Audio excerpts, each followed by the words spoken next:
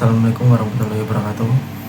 Perkenalkan, nama saya Reno Fertantio, NIM 2103040098. Di sini saya akan menjelaskan tentang materi untuk kelas seminar informatika, yaitu teknologi acceptance model atau yang biasa disebut dengan TAM dalam penerimaan teknologi. Oke, langsung aja. Di sini ada tujuan pemilihan topik. Pemilihan topik teknologi acceptance model TAM dalam penelitian atau kajian akademik memiliki berbagai tujuan penting yang berkaitan dengan pemahaman dan aplikasi model ini dalam berbagai konteks teknologi.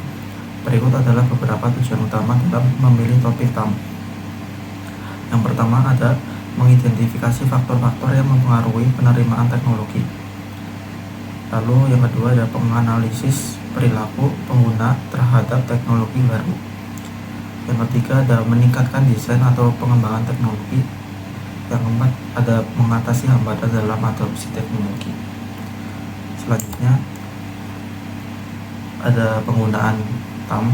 Memilih topik teknologi acceptance model TAM memiliki tujuan yang beragam dan signifikan dalam memahami dan meningkatkan penerimaan teknologi. Dari mengidentifikasi faktor-faktor yang mempengaruhi adopsi teknologi hingga mengembangkan strategi kebijakan yang efektif, penelitian TAM menyediakan wawasan yang berharga bagi pengembang teknologi, pembuat kebijakan, dan peneliti. Melalui pemahaman yang lebih mendalam tentang TAM, kita dapat mengatasi hambatan dalam penerimaan teknologi dan meningkatkan manfaat yang diperoleh dari inovasi teknologi. Lalu ada metodologi.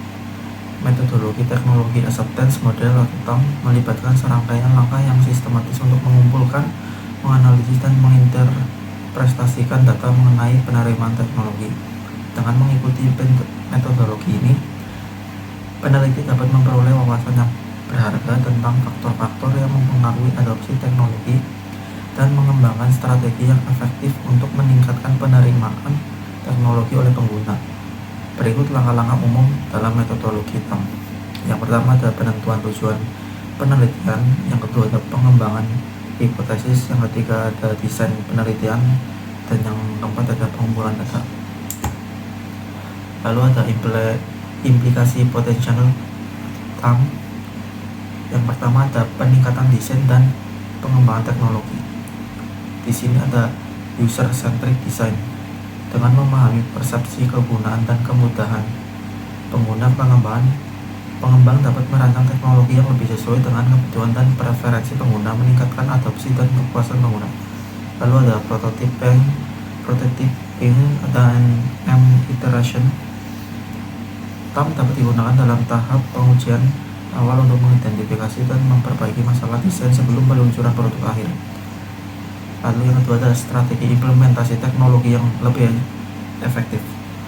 Di sini ada pelatihan dan pendidikan. Organisasi dapat mengembangkan program pelatihan yang efektif untuk mengatasi hambatan dalam kemudahan penggunaan dan meningkatkan persepsi pengguna teknologi.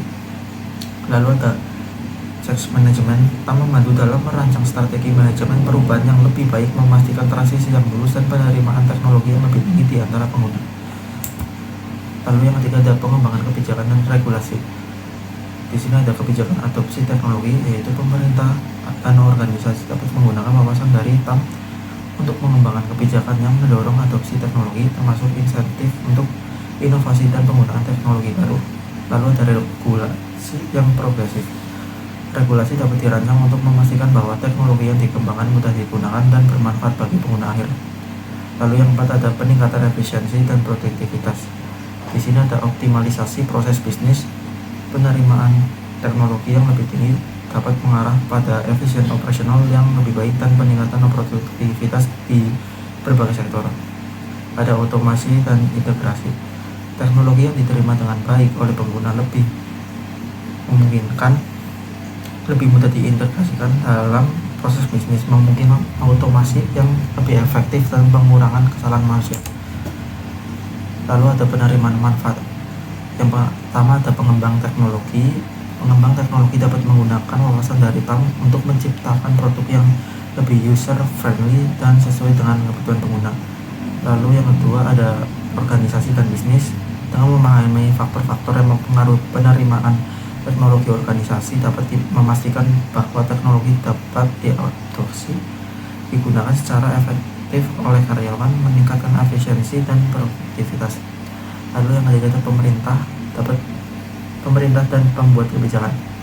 Pembuat kebijakan dapat menggunakan temuan dari penelitian TAM untuk merancang kebijakan yang mendorong adopsi dan penggunaan teknologi, seperti insentif untuk inovasi atau program pelatihan teknologi. Dan yang terakhir ada pendidik dan institusi pendidikan. Guru dan institusi pendidikan dapat menggunakan wawasan dari TAM untuk mengembangkan metode pengajaran yang lebih efektif, khususnya dalam e-learning dan pendidikan jarak jauh. Sekian, terima kasih atas perhatiannya. Kurang lebihnya mohon maaf. Wassalamualaikum warahmatullahi wabarakatuh.